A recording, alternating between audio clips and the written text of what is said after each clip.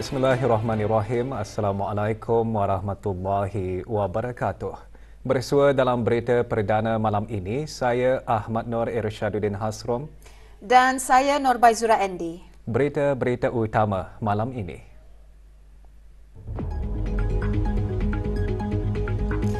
Belia perlu melibatkan diri dalam kesukarelawan bagi memantapkan jati diri untuk menjadi pemimpin masa hadapan.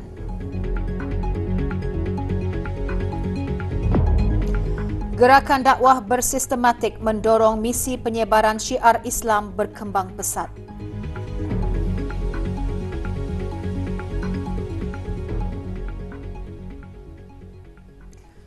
Penglibatan belia dalam kegiatan kesukarelawan penting bagi meningkatkan lagi jati diri dan syakhsiah untuk menyumbang kepada pembangunan negara. Selaku stakeholders yang dinamik, golongan belia juga perlu terlibat dengan aktiviti-aktiviti kebeliaan demi merealisasikan Wawasan Brunei 2035. Bagi melahirkan belia yang berwawasan, kerjasama antara pihak-pihak berkepentingan dan badan bukan kerajaan NGO memainkan peranan yang penting. Ini termasuk penyediaan landasan untuk para belia mengembangkan kemahiran kepimpinan selain memangkin perubahan positif dalam diri belia dalam menghadapi cabaran sosial masa kini. Kita ni ada kehidupan, kualiti kehidupan yang tinggi, di mana wawasan kita ni di sana kita tanamkan sifat kepada belia-belia kita ni agar mereka tahu bahawa mereka inilah bakal pewaris di masa akan datang. Jadi ini boleh dicapai melalui pelbagai cara, termasuk pendidikan, program mentorship, penglibatan dalam masyarakat dan contoh teladan. Dengan memupuk nilai-nilai sosial ini, generasi muda dapat memberi sumbangan dalam membina masyarakat yang harmoni, inklusif dan sejahtera selaras dengan Wawasan Brunei 2035. Gerakan dakwah yang bersistematik dan teratur mendorong misi penyebaran syiar Islam khususnya di daerah Temburong berkembang dengan pesat. Ini terbukti apabila jumlah saudara baharu terus meningkat dengan 1,353 pengislaman dicatatkan dari tahun 1956 hingga tahun 2022.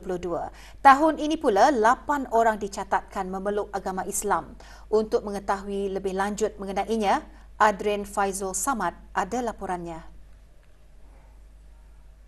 Sebagai sebuah institusi yang berperanan menyebarkan agama Islam, termasuk kepada masyarakat bukan beragama Islam, Pusat Dakwah Islamiah melalui unit dakwah daerah Temburong terus berusaha mempertingkatkan gerakan dakwah di daerah tersebut. Dengan perancangan rapi dan teratur, penyebaran dakwah dapat dilaksanakan dengan berkesan. Kita ni banyak melihatlah aktiviti-aktiviti keagamaan yang dibuat bukan saja di masjid-masjid di daerah Temburong ini, tetapi juga di balai-balai ibadat. Yang mana ini nampak sudahnya orang kepekaan orang kita ni mengenai dengan syiar Islam di Temburong ini.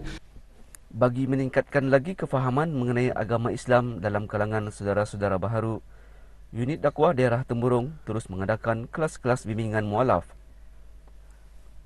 Melalui gerakan dakwah yang bersistematik dan teratur, syiar Islam akan terus berkembang dengan pesat, sekaligus dapat memastikan agama suci terus bersinar di bumi Darussalam amnya dan daerah Temburong khasnya.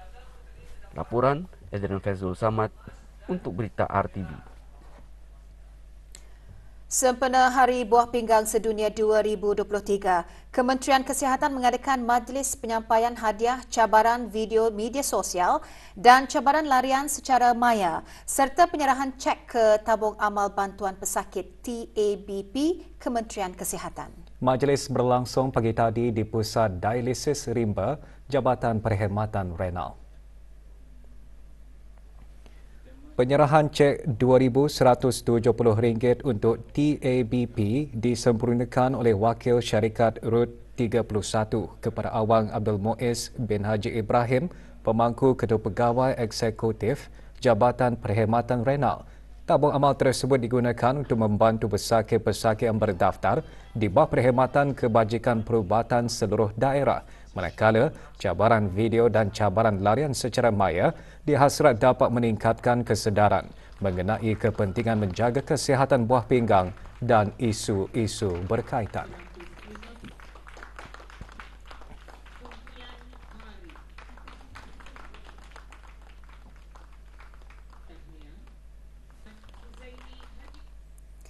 Perubahan dalam pendidikan literasi awal kanak-kanak antara yang disentuh semasa siri webinar Galakan Budaya Membaca 2023. Perincian mengenai bahan beritanya selepas ini.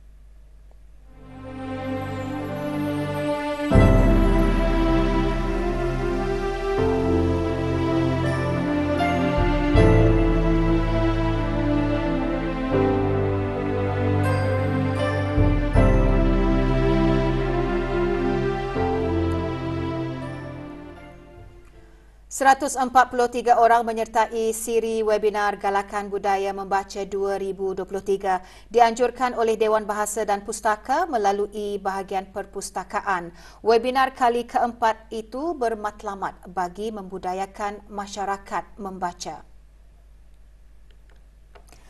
Antara pengisian webinar termasuk pembentangan bertajuk literasi awal, proses membaca dan implikasi terhadap strategi pengajaran dan belia dan membaca di mana kita ni. Pembentangan antara lain menyentuh mengenai perubahan dalam pendidikan literasi awal kanak-kanak dan memupuk budaya membaca dalam kalangan belia.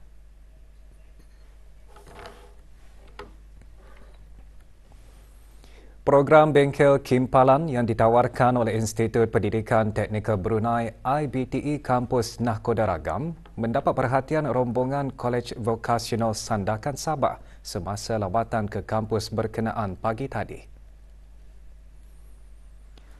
Rombongan seramai 5 orang ini diketuai oleh Muhammad Fitri Nizam Izani bin Bongsu, pensyarah kolej berkenaan. Antara pengisian lawatan, taklimat ringkas mengenai program N-Tech in Building Craft yang ditawarkan di IBTE Kampus Nahkoda Ragam dan demonstrasi praktikal dari Bengkel Kimpalan.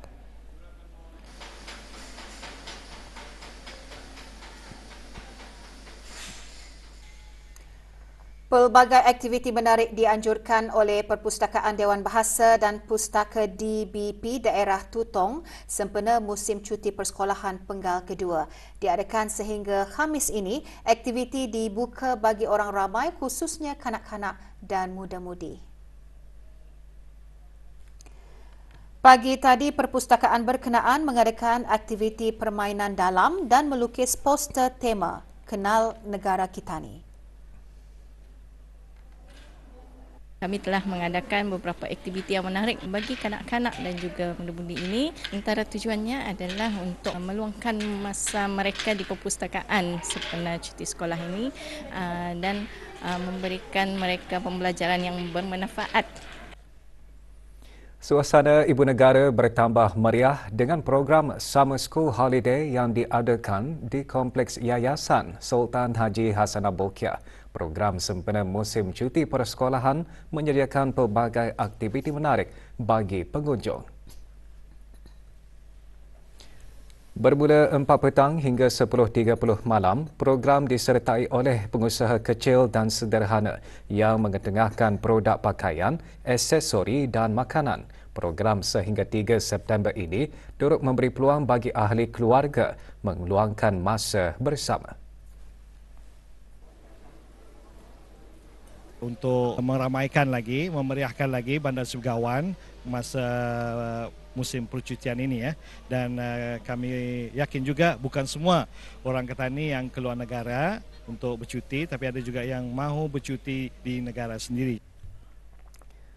Seorang kartunis tempatan meneroka industri kreatif dengan menggabungkan elemen minimalis dan tradisional. Ikuti bahan mengenainya sebentar lagi. As we grow older, our dreams become deeply rooted in us. Though the path in front of us may be difficult, with the support of those around us and the guidance of Laksamana College of Business, we can achieve so much more beyond our imagination. Dare to dream and branch out to journey farther than ever before. With LCB, we inspire to be extraordinary. Bazar Thailand yang diadakan sejak 25 hari bulan Ogos memberikan pengalaman berbeza kepada para pengunjung. Pelbagai produk diketengahkan sepanjang 4 hari bazar diadakan di pusat membeli belah One City. Di samping berpeluang merasa sendiri masakan dan produk Thailand, bazar turut memberi peluang kepada pengunjung untuk mengenali produk keluaran negara tersebut. Kami berharap yang Bazar Thailand ini akan diadakan pada masa akan datang supaya orang-orang Brunei boleh mencuba dan merasakan masakan Thailand. Every time we open the bazaar in here, they always come. Yeah, and very existing because they suka Thai food. It's very good response from the local people. So many people visit us from the morning. Ia membantu peniaga-peniaga kecil dan peniaga-peniaga sederhana untuk mengeksposkan barang-barang produk Thailand yang mereka jual, dan bukan saja peniaga-peniaga yang dari luar. Dengan adanya bazar Thailand ini, kami boleh melihatlah sendiri barang yang dijual. Industri kreatif tanah air terus berkembang dengan kemunculan artis-artis muda yang berbakat. Terbaru seorang belia tempatan yang dikenali sebagai Miang Katun menceburi bidang lukisan katun. Ikuti laporan lanjutnya bersama Maziah Jini. Sudah terdedah dalam dunia lukisan sejak berumur 8 tahun, Awang Syahmi Sofriana mengenali asas dan teknik melukis daripada neneknya. Dipengaruhi majalah-majalah komik Melayu, Awang Syahmi telah menciptakan gaya lukisan tersendiri dengan menggabungkan elemen minimalis dan tradisional. Kini, karyanya mendapat pengiktirafan apabila diterbitkan dalam sebuah majalah terbitan Dewan Bahasa dan Pustaka. Alhamdulillah, saya telah mengikuti satu komik majalah yang diterbitkan oleh Dewan Bahasa, iaitu Lakak-Lakak. Dan kini saya telah yang pengeluaran, iaitu sesi yang keempat, volume keempat. Dan kini Alhamdulillah saya juga mempunyai buku tersendiri, iaitu Mini Ziyad Kembara Islamik yang memfokuskan kepada ajaran Islam. Awang Syahmi menzahirkan harapan agar seni kreatif di negara ini dipandang tinggi. Ini kerana seni kreatif juga mampu menjadi platform dalam memberikan pendidikan. Dengan adanya seni ini, ia boleh menolong tani untuk mencapaikan sesuatu lah, macam dari segi edukasi, dari segi keagamaan, dan juga ia mempunyai role yang sangat krusial lah di Brunei Darussalam untuk pendidikan orang macam ni lah. Semoga apa yang dilakukan oleh Awang Syahmi akan menjadi penyuntik semangat bagi para penggiat seni tanah air mengangkat komik tempatan ke peringkat antarabangsa. Maziah Jini melaporkan untuk Berita RTB. Orang ramai dialu-alukan untuk menyertai kempen derma darah yang akan diadakan selama 2 hari. Kempen bertujuan bagi membantu menambah bekalan darah di negara ini. Esok 30 Ogos, kempen derma darah akan diadakan di bangunan Dar Takaful IBB utama BSB bermula pukul 9 pagi hingga 3 petang. Manakala Khamis 31 Ogos, kempen diadakan di tingkat 3 The Mall Gadong bermula pukul 10 pagi hingga 3 petang.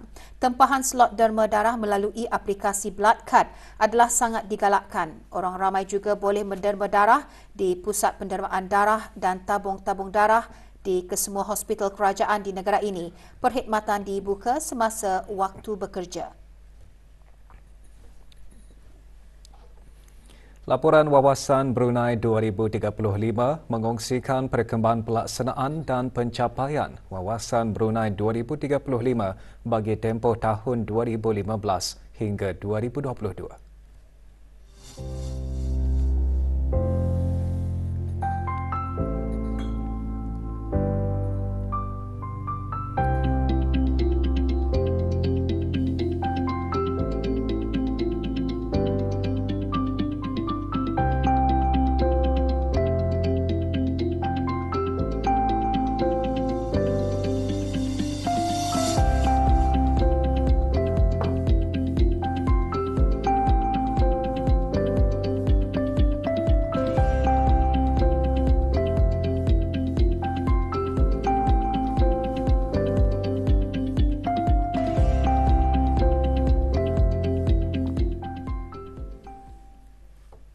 Kementerian Pendidikan melalui Jabatan Peperiksaan telah mengeluarkan keputusan peperiksaan Brunei Cambridge GCE peringkat AS dan A sesi Mei-Jun 2023.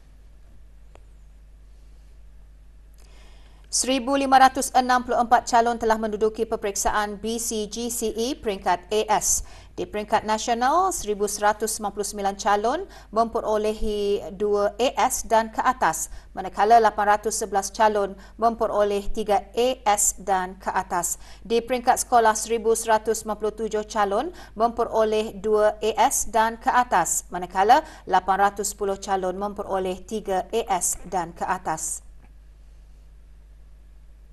100 calon menduduki peperiksaan BCGCE peringkat A. Di peringkat nasional, 43 calon memperoleh 2A dan ke atas. Manakala calon yang memperoleh 3A dan ke atas adalah 28 orang. Di peringkat sekolah, 12 calon mendapat 2A dan ke atas, manakala 9 orang calon sekolah memperoleh 3A dan ke atas. Slip keputusan boleh didapatkan di sekolah masing-masing, manakala bagi calon persendirian, slip keputusan hendaklah diambil di kaunter Jabatan Peperiksaan Pusat Perkhidmatan setempat Kementerian Pendidikan pada waktu pejabat. Calon yang berhasrat menduduki peperiksaan BCGCE peringkat AS, A dan O dan IGCSE bagi sesi Oktober-November 2023, pendaftaran late entry akan dibukakan bermula 30 Ogos hingga 7 September 2023. Maklumat lanjut layari laman sesawang atau datang terus ke lokasi seperti yang tertera.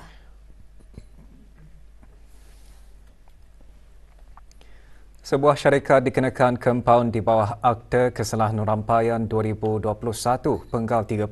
Kompaun dikeluarkan oleh bahagian penguatkuasaan Jabatan Bandaran Kuala Belait dan Seria.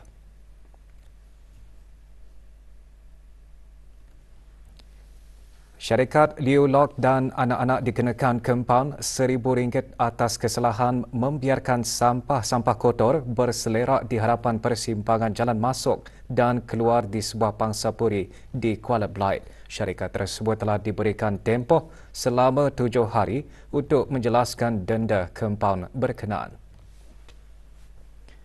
Jabatan Bandaran Kuala Belait dan Seria mengingatkan orang ramai dan syarikat-syarikat supaya membuang sampah di tempat-tempat yang disediakan dan tidak meninggalkan sebarang jenis sampah di tempat-tempat awam bagi menjaga kebersihan alam sekitar.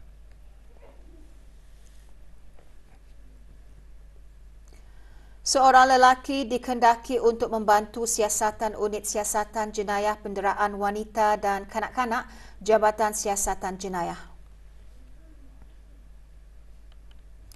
Nurul Azim bin Haji Sulaiman, rakyat tempatan, memegang kad pintar bernombor 00312769. Sebarang maklumat mengenainya, hubungi Unit Siasatan Jenayah Penderaan Wanita dan Kanak-kanak Jabatan Siasatan Jenayah di talian 245-9500, sambungan 490 atau 333 atau hubungi talian kecemasan polis 993.